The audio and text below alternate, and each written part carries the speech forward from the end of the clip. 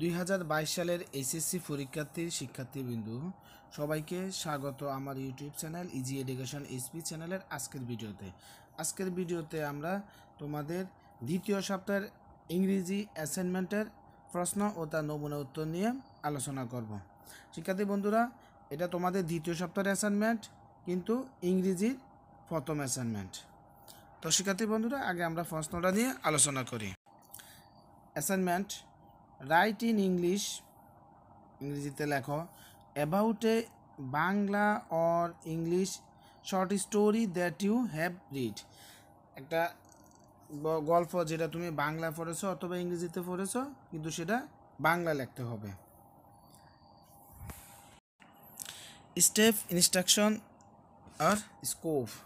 শিক্ষার্থী বন্ধুরা, কিছু নির্দেশনা দেওয়া আছে, নির্দেশনাগুলো দেখো। Choose a short story that you enjoyed reading either in Bangla or in ইংরেজি। তুমি ছোট একটা গল্প পড়ে যেটা পছন্দ করেছো, সেটা হয় বাংলা পড়েছো অথবা ইংরেজিতে পড়েছো। রাইট উইথিন 250 ওয়ার্ডস। এখন সেই গল্পটা লিখতে হবে যেটা তুমি 200 অথবা 250 ওয়ার্ডের মধ্যে। Write the summary of the story, focus on plot, character in 5 to 8 sentence. তোমার গল্পের সামারিতে যে 5 থেকে 8টি গুরুত্বপূর্ণ লাইন লেখো। Right what the like and did not like about the story, এবং তুমি তোমার গল্পের কোন জিনিসগুলো বেশি পছন্দ করেছো এবং কোন ব্যাপারগুলো অপছন্দ করেছো সেগুলো লেখো। If you are asked to bring some change in the story, what would you change? যদি তোমাকে বলা হয় যে এই গল্পে কিছু পরিবর্তন আনো, তাহলে তুমি কি পরিবর্তন আনবে?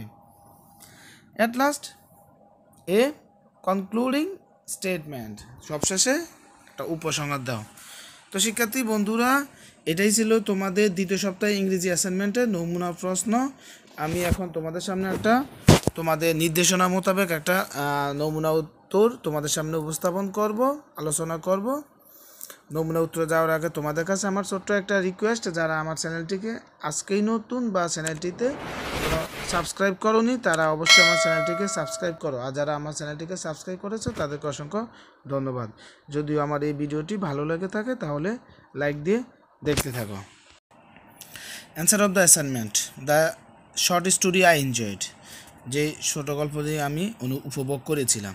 The story that I enjoyed reading was written by William Somerset Maugham, and the title of the story is the luncheon.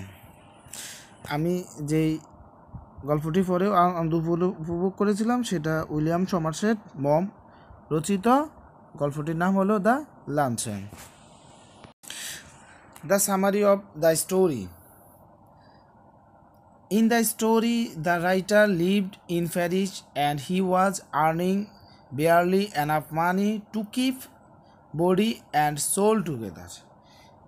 এই গল্পটিতে একজন লেখকের কথা বলা হয়েছে যে প্যারিসে বাস করত, সে অল্প কিছু ইনকাম করে নিজেই কোনো রকম দিন চালাতো, খেত।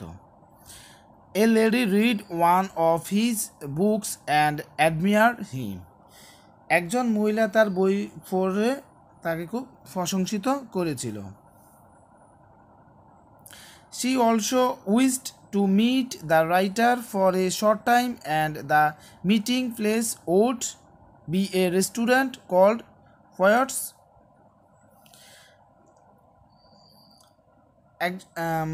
সে মহিলা অল্প সময়ের জন্য তার সাথে দেখা করতে চাইল, যে রেস্টুরেন্ট নামটা হলো Poets.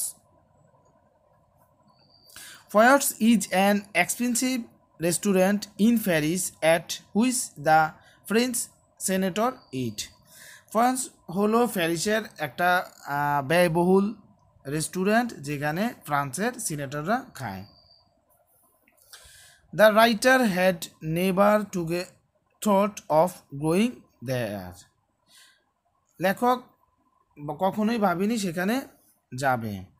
But he was flattered at the woman's admiration, and also he was too young to have learned to say no to a woman. কিন্তু লেখক মহিলা দ্বারা এতই আকর্ষিত হয়েছিল যে তার অল্প বয়সে সে ভাবেনি কিভাবে মহিলাকে না করবে। অন নেক্সট থার্সডে, পরবর্তী বৃহস্পতিবার, হি মিট দ্য লেডি গেস্ট, সে মহিলা গেস্টের সাথে দেখা করতে গিয়েছিল। হি ওয়াজ disappointed as he was a woman of 40 and she had unnecessary teeth which were white and large.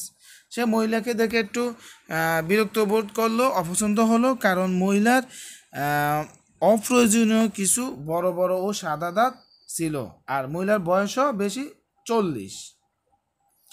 She was also talkative, but he writer pretended to be an attractive listener. মহিলা অপ্রয়োজনীয় কথা বলতেছিল বাসালের মতো, লেখক ভাবলো যে আমি মনোযোগী শ্রোতার মতো শুনে যাই। In the first, he was startled when he saw the high price on the menu, but relieved when his guest told him, I never eat anything for lunch. লেখক সেই ফয়াজত রেস্টুরেন্টে গিয়ে যখন দামি দামি খাবার দেখলো, দামি খাবার দেখে তার একটু ইতস্তবোধ হলো, কিন্তু যখন মহিলা বলল যে সে লাঞ্চে একটার বেশি খাবার খায় না, তখন সে একটু স্থতিবোধ পেল। And after that she consoled him saying, I never eat more than on one things, সে আরেকটু সান্ত্বনা পেল যখন বলল সে একটার বেশি খায় না।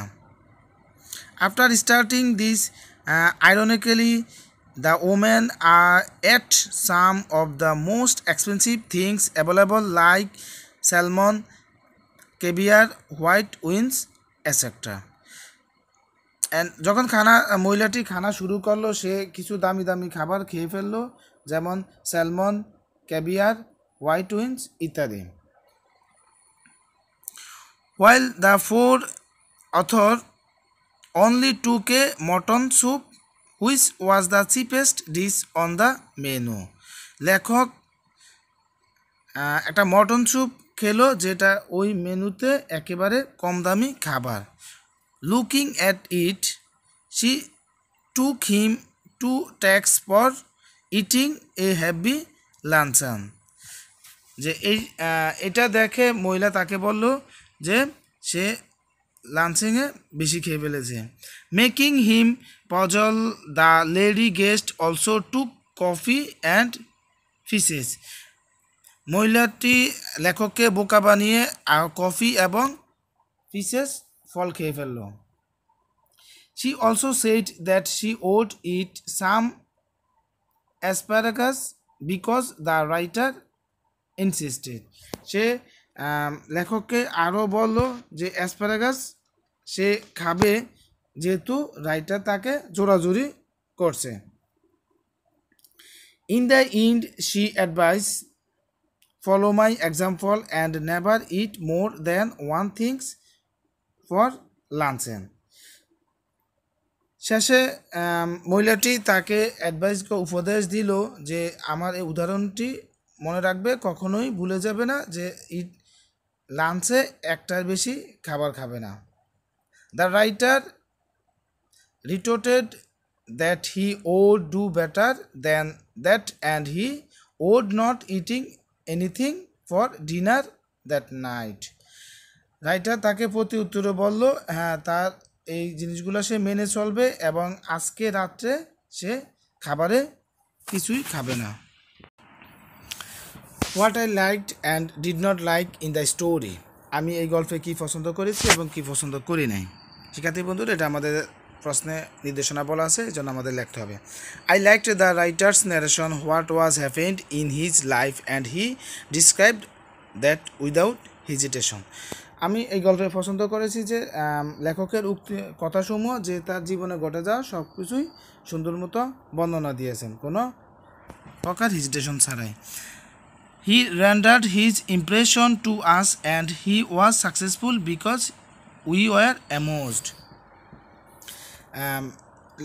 লেখক এখানে যে ইমপ্রেশন দিয়েছেন সে এখানে সফল হয়েছেন, কারণ আমরা এটা পরে আনন্দিত হয়েছি, বিমুষ্ট হয়েছি।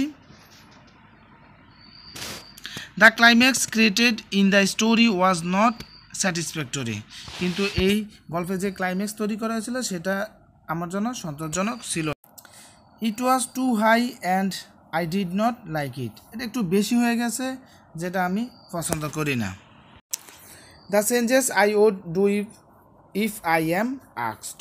The climax graphs in the story was high and I would control it according to my readers' interest, as now I am a reader too. I would also make my character here the writer less flattered. এই গল্পের climax যতটা high